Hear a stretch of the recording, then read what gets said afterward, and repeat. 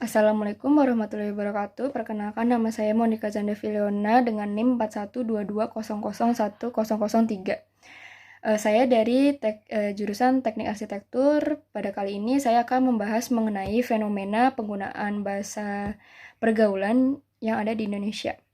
Pertama-tama kita akan membahas mengenai latar belakang. Semakin berkembangnya kebudayaan, maka akan ada campur tangan budaya asing yang masuk ke negara Indonesia. Fenomena ini sudah sering terjadi di berbagai negara dan salah satunya berada di negara Indonesia. Pencampuran budaya ini pada umumnya diawali oleh kalangan anak muda yang terbuka pikirannya terhadap budaya luar. Masuknya budaya luar atau akulturasi ke Indonesia dapat berdampak baik apabila dimanfaatkan sebaik mungkin dan berdampak buruk apabila terlalu berlebihan. Bertambahnya kosakata baru menjadi salah satu contoh dampak positif dari akulturasi ini. Masuknya budaya asing ini juga berasal dari berbagai faktor, salah satunya yang paling terbesar yaitu sosial media. Maraknya penggunaan sosial media di kalangan masyarakat di Indonesia mengakibatkan mudahnya kebudayaan asing itu masuk ke dalam negara Indonesia. Dan pada era modern ini sudah banyak bahasa asing yang dicampurkan ke dalam bahasa Indonesia dan terkadang membuat bingung kalangan yang tidak mengikuti tren sosial media tersebut. Kalangan remaja di Indonesia yang mudah terpengaruh oleh kebudayaan asing, kebudayaan luar, akhirnya membuat bahasanya sendiri itu yang tidak ada di dalam KBBI atau Kamus Besar Bahasa Indonesia. Bahasa tersebut biasanya disebut dengan bahasa gaul yang pada umumnya berasal dari pencampuran bahasa asing dengan bahasa Indonesia. Berbeda dengan bahasa daerah ataupun bahasa Indonesia yang tercatat dalam Badan Bahasa di dalam bahasa Indonesia itu, bahasa gaul bukanlah bahasa resmi sehingga maknanya itu diragukan. Bahasa gaul memiliki jangka waktu dalam penggunaannya, sehingga ketika tren tersebut sudah berkurang, maka kata-kata tersebut juga akan terlupakan ataupun jarang digunakan kembali oleh masyarakat Indonesia, menurut Isti Ningsih dan Pangesti. Pada slide selanjutnya kita akan memasuki pembahasan masalah yaitu perkembangan bahasa gaul di Indonesia. Jika kita amati, asal mula munculnya bahasa gaul sendiri itu adalah dari bahasa prokem atau biasa disebut dengan bahasa sandi. Bahasa prokem ini adalah bahasa yang biasanya dipakai oleh kalangan remaja tertentu menurut Hilaliyah. Bahasa prokem sendiri itu digunakan oleh kalangan remaja untuk memberikan informasi secara tertutup sehingga pihak lain tidak mengetahui topik pembicaraan apa yang sedang kita bahas. Bahasa tersebut berkembang sesuai dengan latar belakang penggunanya sendiri.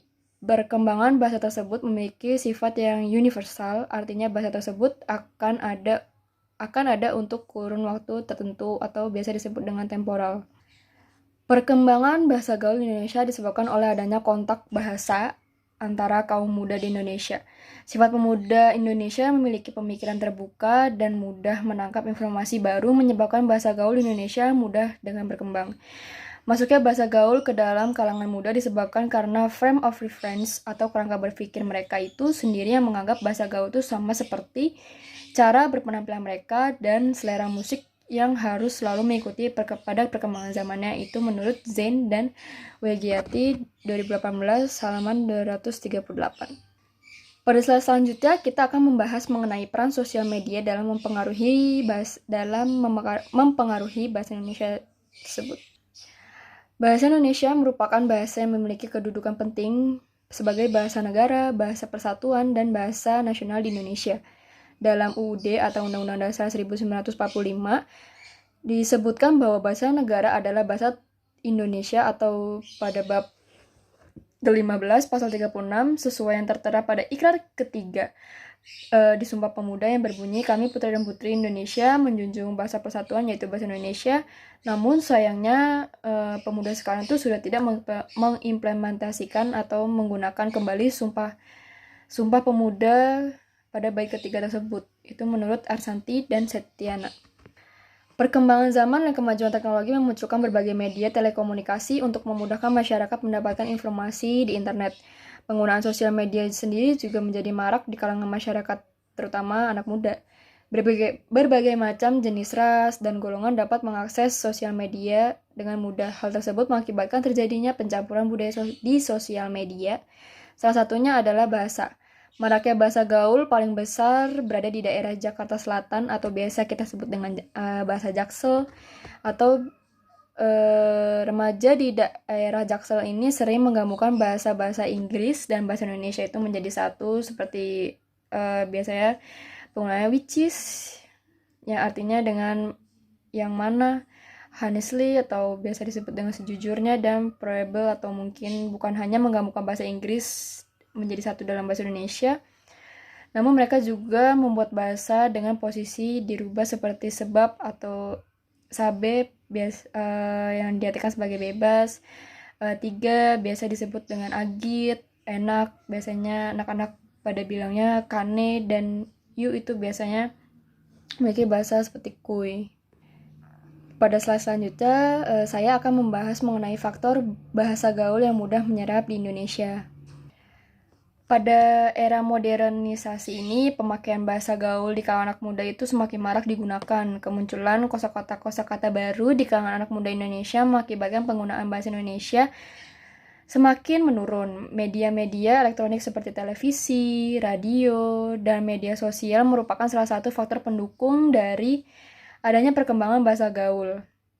Hal ini tersebut didukung dari beberapa siaran radio, televisi, dan sosial media yang penggunaan bahasa dan kalimatnya tidak sesuai dengan kaidah bahasa Indonesia yang baik dan benar. Penyebaran bahasa gaul di Indonesia melalui sosial media dapat dilihat dari postingan-postingan anak muda zaman sekarang di akun sosial media mereka, seperti misalnya Twitter, WhatsApp, Facebook, Instagram, dan sebagainya. Penyebaran bahasa gaul di Indonesia bukan hanya menjadi karena faktor sosial media saja, melainkan terdapat beberapa faktor internal dari generasi muda zaman sekarang yang mulai kurang rasa cintanya terhadap bahasa Indonesia atau tanah air. Masuknya budaya-budaya asing ke Indonesia menyebabkan pencampuran bahasa yang marak. Kurangnya rasa nasionalisme generasi muda zaman sekarang dibuktikan dengan sudah sedikit generasi muda yang paham dengan bahasa daerah Indonesia. Tipe kata bahasa gaul yang fleksibel dan mudah untuk dipahami membuat para remaja gemar menggunakan bahasa gaul. Penyebaran ini berasal dari mulut ke mulut yang mengakibatkan banyaknya pemuda lain yang menggunakan bahasa gaul tidak berbicara untuk pembicaraan mereka sehari-hari. Pada slide selanjutnya, kita akan membahas mengenai dampak buruk dari masuknya bahasa gaul ke Indonesia. Bahasa gaul sendiri merupakan bahasa yang sangat umum digunakan oleh masyarakat saat ini. Masyarakat di kalangan remaja sudah dipengaruhi oleh bahasa gaul. Bahkan sudah terdapat beberapa masyarakat dari usia tua hingga usia muda sudah memulai terpengaruh dengan bahasa gaul. Bahkan zaman sekarang generasi muda sudah lebih banyak menggunakan bahasa gaul dibandingkan dengan bahasa kita sendiri, bahasa Indonesia. Hal tersebut disebabkan oleh pergantian tren di media sosial yang berpengaruh terhadap cara bicara masyarakat yang mengikuti perkembangan zaman.